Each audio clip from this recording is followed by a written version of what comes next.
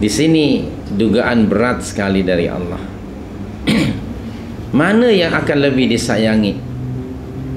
Keluarga dan harta ke? Atau Allah, Rasul dan agama? Seorang mukmin akan berada pada muftariqut turuq, yakni di persimpangan jalan. Mana yang akan dia pilih? Dugaan ini akan menyerlahkan kedudukan seseorang itu pada pandangan Allah. Mana yang lebih ia sukai, ia menggambarkan kualiti iman seseorang. Adakah dia suka kepada keluarga dan menyukai keluarga dan hartanya melebihi kasihnya kepada Allah, Rasul dan agama, atau sebaliknya? Coba anda perhatikan surah 9 ayat 24. Di dalam ayat ini juga dua perkara tadi disebut. Sayang kepada keluarga dan harta. Ada 8 perkara di situ. A'udzubillahi minasyaitonir rajim. Qul in kuntum tuhibbun Allah.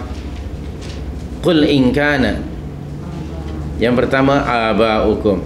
Yang kedua wa abna'ukum. Yang ketiga wa ikhwanukum. Yang keempat wa azwajukum. Yang kelima wa ashiratukum. Yang keenam wa amwalun iqtaraftumuha. Yang ketujuh wa tijaratun takhshawna kasadaha. Yang ke-8 wa masakina tardawnaha. 8 perkara disebut di sini. Kita kategorikan pada 2. Aba'ukum, abna'ukum, ikhwanukum, azwajukum, ashirah, itu keluarga. Itu keluarga yang 5. 3 itu harta. Wa amwalun iqtaraftumuha wa tijaratun takhshawna kasadaha. Dan yang ketiganya wa masakina tardawnaha. Kita bagi 2 saja. Poin pertama sehingga ke-5 itu keluarga. 6, 7, 8 itu harta. Nah, tengok ayat berikutnya apa? Jika sekiranya ke-8 perkara ini ahabba ilaikum. Ahabba dalam bentuk superlatif. Lebih kamu sukai, lebih kamu sayangi daripada kasihmu terhadap Allah, terhadap Rasul dan jihad pada jalannya. Sekiranya 8 perkara lebih kamu sayangi daripada Allah, Rasul dan agama.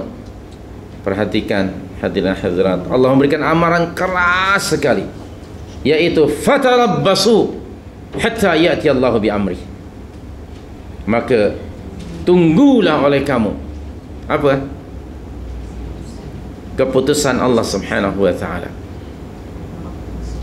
Fatarabbasu hatta ya'ti Allahu bi amri.